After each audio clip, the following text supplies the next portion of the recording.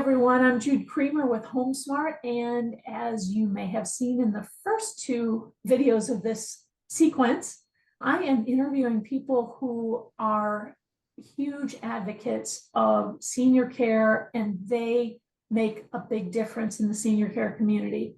And I just wanted to share the information and this big heart of Marcy McPherson, my guest today. And I'm going to have her explain her organization and everything that she does with her dementia initiatives. So welcome, Marcy. Thank you, Jude. I really appreciate it. And thank you for having me on this lovely program. I'm excited to hear more about what you're doing because it's really important work. So first of all, I'm going to start with a question about your defining moment or personal experience that led you to create this organization that's called There Is Someone. Yeah, it was really quite interesting. I had met with a caregiver in the Florida area, and she had said to me, I cannot take care of myself. I can no longer leave my loved one at home and go off and take care of my medical appointments, to get the groceries, do the running around that I need to do. Because if something were to happen to me in a traffic accident, or if I was to have a medical emergency, how would they know my spouse was at home that had cognitive challenges? And I said, there has to be something. In this day and age of technology, there has to be something. And I said to her, I said, look, I'm going to find it or I'm going to create it. And having that conversation, her was actually that definitive moment that I understood what the urgency is of people that are caring for, tending to someone with cognitive challenges. And she went on to explain to me that even while she's out and about doing those things, she's rushing around and her mind is really back at home with what is he doing? Is he getting into something? Is he something happening with him? Has he wandered off? And so she said, I'm rushing around trying to get all these things done quickly. And I'm in a moment of weakness. I could very easily have a car accident. But how did they then know that my spouse is at home that needs this support? So I didn't find anything, so I created it. Well, there you go. So, okay, so the identification system is called There Is Someone. And so, how does this address the biggest fears and challenges that dementia caregivers face?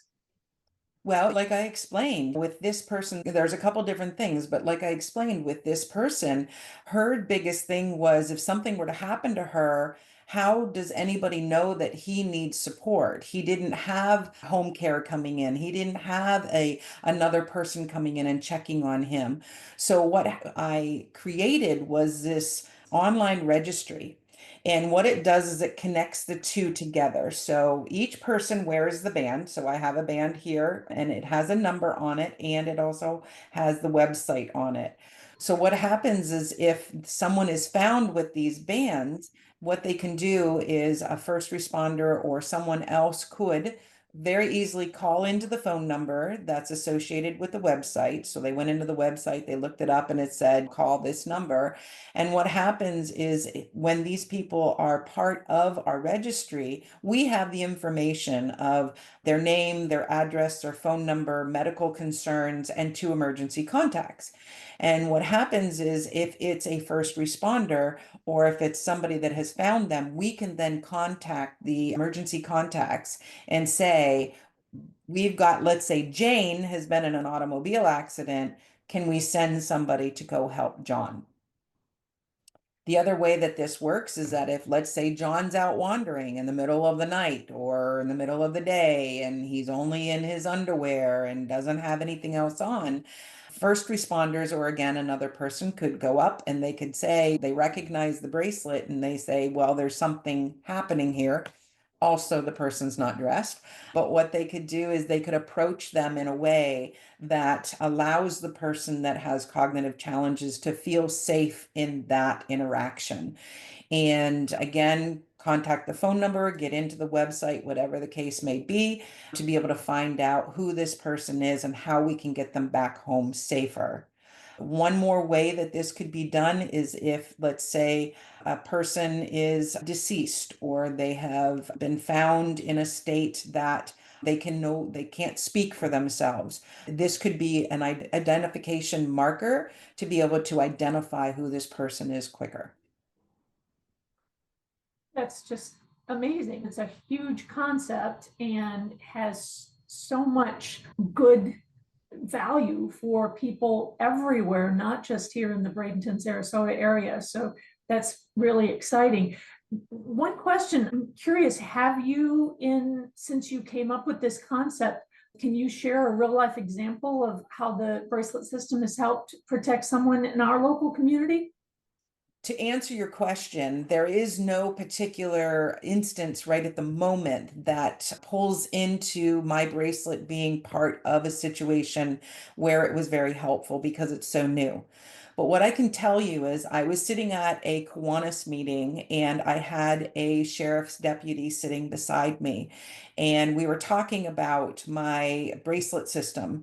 And he said to me, I'm having a really hard time. I'm struggling today. And it was a Tuesday. And I said, why are you struggling? And he said, I approached a gentleman over the weekend in the wrong way, and I got his back up. And in doing that, what happened was he then came at me in a very threatening way, and I had to pepper spray him. Oh, no. He said, Marcy, I pepper sprayed an 80-year-old man because I approached him wrong. The gentleman did not go to the ER. He did not go to Cornerstone. He ended up going to Holding. And he said, I know the guards inside Holding were not very nice to him either. All because I approached him wrong. Had I seen a bracelet on him or had I been having an indicator that told me that he had some cognitive challenges, I would have approached him differently. I would have taken the time to actually spend stopping myself and giving myself some grace in that moment to say, this person is struggling, they're doing the best they can. But I need to do is I need to approach them differently. And so that I think is a really big way that our first responders can use this bracelet system to be able to help them. They know that with this system, for all the officers that I've spoken to and the fire personnel, I've spoken to them, and what they've said to me, Marcy, do you understand what you have? And I said, I do. I do understand what I have, because instead of this person with cognitive challenges going off to the emergency room or going off to a mental health department, they're actually within minutes finding the spouse or finding the loved one to be able to then return them back to that setting rather than upsetting everything and taking them someplace that upsets them more. That's huge. Yeah, that's phenomenal. And I just hope this really takes off. So it's powerful too. And your name of the organization is very powerful, that there is someone. So what message do you hope it conveys to those who need support and those who might offer it? I hope what it conveys is that we don't always know the whole situation. We don't know the magnitude of what is happening in this person's life that is causing this need to be able to be connected with someone or to feel safe. What I find all the time with people living with cognitive challenges is a lot of the behaviors that we have are based around emotion, they're based around fear. And if we can help to soothe that, and if we can bring some sort of calmness and security to each situation that we end up encountering with somebody living with cognitive challenges, then we're actually doing better for them. Absolutely. So what are your hopes for the future of There Is Someone? How do you see this initiative growing and how can the community support your mission?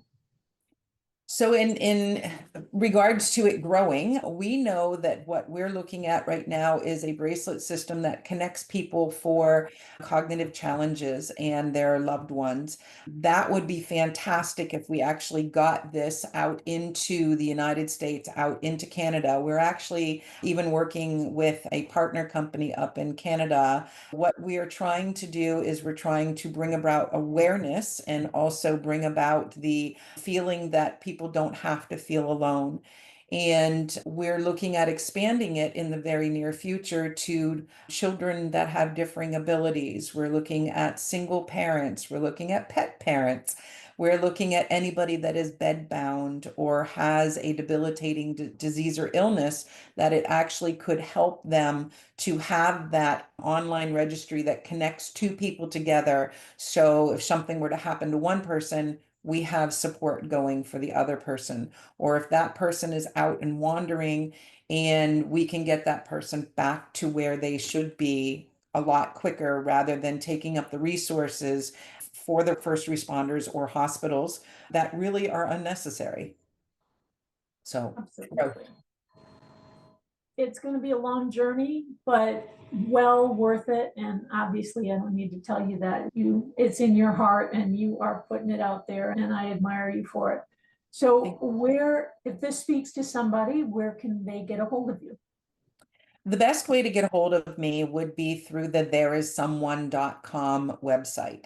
There is explanation on there. There is the ability to purchase the system on there and also contact information. So feel free to reach out to that. There's also a Facebook website that is There Is Someone, the page on Facebook also. Or if you want, definitely, if there's a contact way through Jude, feel free, however you feel comfortable reaching out to me and inquiring about the system, I'm here. And thank you for that. I love connecting people, and any conversation I have around it, I'm happy to connect the two people. Given my quest in the senior care community is helping people with their real estate challenges. And sometimes the reason they have to move is their cognitive abilities are no longer allowing them to live safely at home. And that's where I come in to help them make that transition. So thank you, Marcy. I'm just hearing some thunder outside my window. Mine too. That was that surprise look. I'm Jude Creamer with HomeSmart, and you can reach me at judecreamer.com or my website. And thank you again, Marcy, for being with me today. And I just wish you the best in your new endeavor. Thank you so much. I really appreciate it. And I truly do believe that we can change the face of dementia. It's just going to take us all banding together for care until there is a cure. There you go.